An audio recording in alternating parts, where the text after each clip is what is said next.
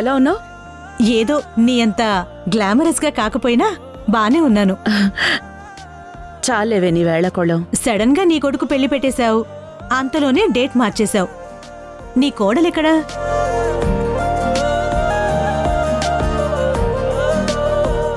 నీ చాయిస్ ఎలా ఉంటుందో చూడాలనుంది. ఒక్క నిమిషం. వసుంధరా,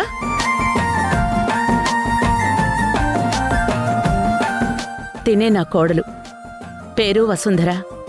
నమస్తే. నమస్తే అండి. ఏరి కోరి మరీ తెచ్చుకొనుంటావు. ఎంత కట్నం తెచ్చింది? ఎన్ని బిజినెస్లున్నాయి? నా కొడుకు విషయంలో నేను తప్పు చేయకూడదని ఆ దేవుడే ఏరి కోరి మరీ ఈ బంగారాన్ని నా ఇంటికి పంపించాడు. అన్నిటికంటే చక్కటి గుణం, వినయం, సంస్కారం, ధైర్యం వెంట తీసుకొచ్చింది. అయినా కట్నం అంటే కేవలం డబ్బు, నగలు తెస్తారేమో. నా కోడలి ఈ ఇంటికి అదృష్టాన్ని తీసుకొచ్చింది.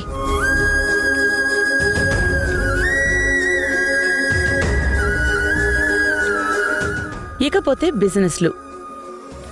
ఇప్పుడు నా కంపెనీలన్నీ అవలీలగా చూసుకుంటుంది. తనింటికొచ్చినప్పుడు అస్తవ్యస్తంగా ఉన్న కంపెనీల్ని షేర్ మార్కెట్లో పరిగెట్టిస్తోంది.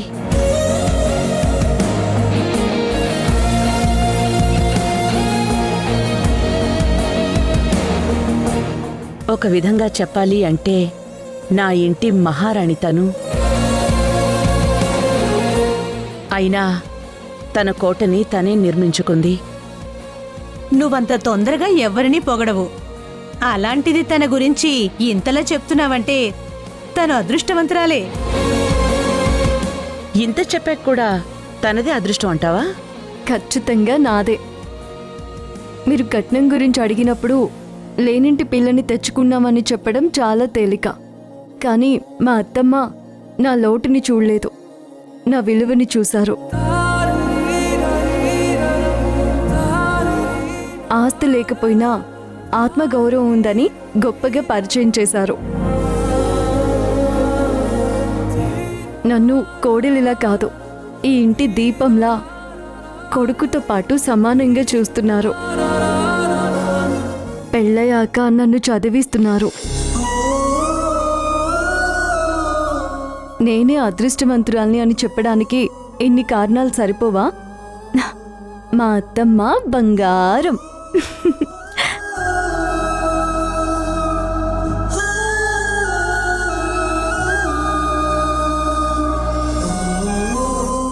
ఇదిగో ఇల్లంతా ఇలాగే సందడి చేస్తూ తిరుగుతూ ఉంటుంది.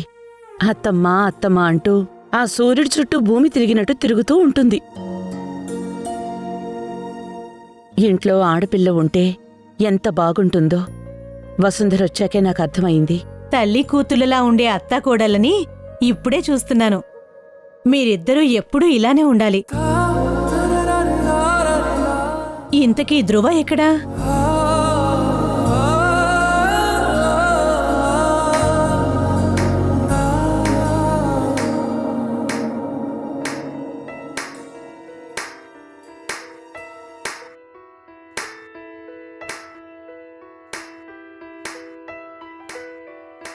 పెదవే పలికిన మాటల్లోనే తీయని మాటే అమ్మా, కదిలే దేవత అమ్మా, కంటికి వెలుగమ్మా.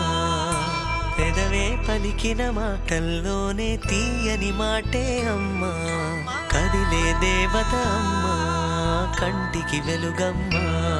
తనలో మమతే కలిపి పెడుతుంది ముద్దగా, తన లాలి పాటలోని సరిగమ పంచుతుంది ప్రేమ మధురిమ. పెదవే పలికిన మాటల్లోనే తీయని మాటే అమ్మా, కదిలే దేవత అమ్మా, కంటికి వెలుగమ్మా. పెదవే పలికిన మాటల్లోనే తీయని మాటే అమ్మా, కదిలే దేవత అమ్మా, కంటికి వెలుగమ్మా.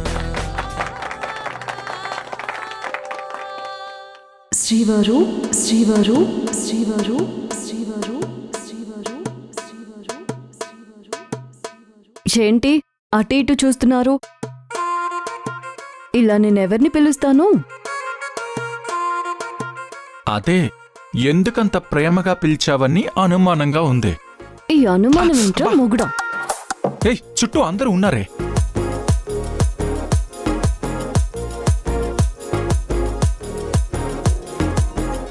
అందుకే నువ్వు నాకు నచ్చుతావు. చుట్టూ అందరూ ఉన్నారని ఆలోచిస్తావు, అంతేకాని నేను కొట్టానని ఫీల్ అవ్వవు. మంచి మొగుడు నువ్వు. బా ఉండవే. ఈ పనులేంటే?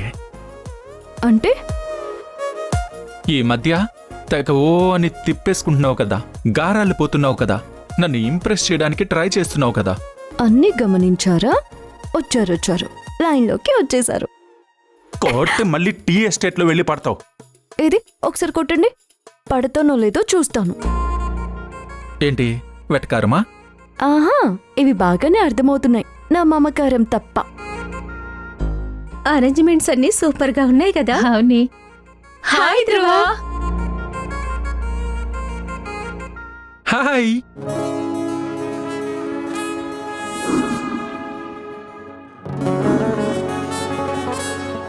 వీళ్ళెందుకు వచ్చారు?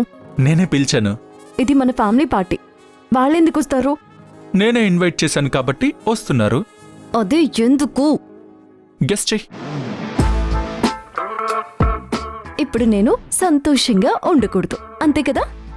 వచ్చావు లైన్లోకి వచ్చావు. హాయ్.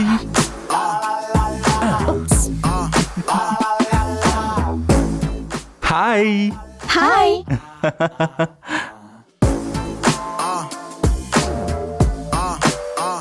చూడు సుజో,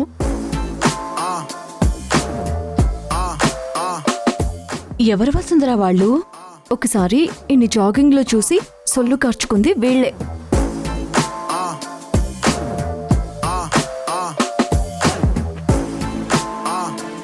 నందితమ్మా, ఆ రోజు వాళ్ళ గుడ్లు పీకేసి గోళీలు ఆడాల్సింది, ఇక్కడి దాకా వచ్చి ధైర్యం చేసేవాళ్ళు కాదు.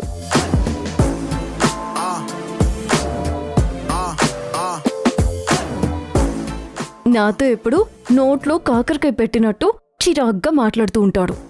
వాళ్ళతో చూడండి, ఇకైకలు పక్కపక్కలు.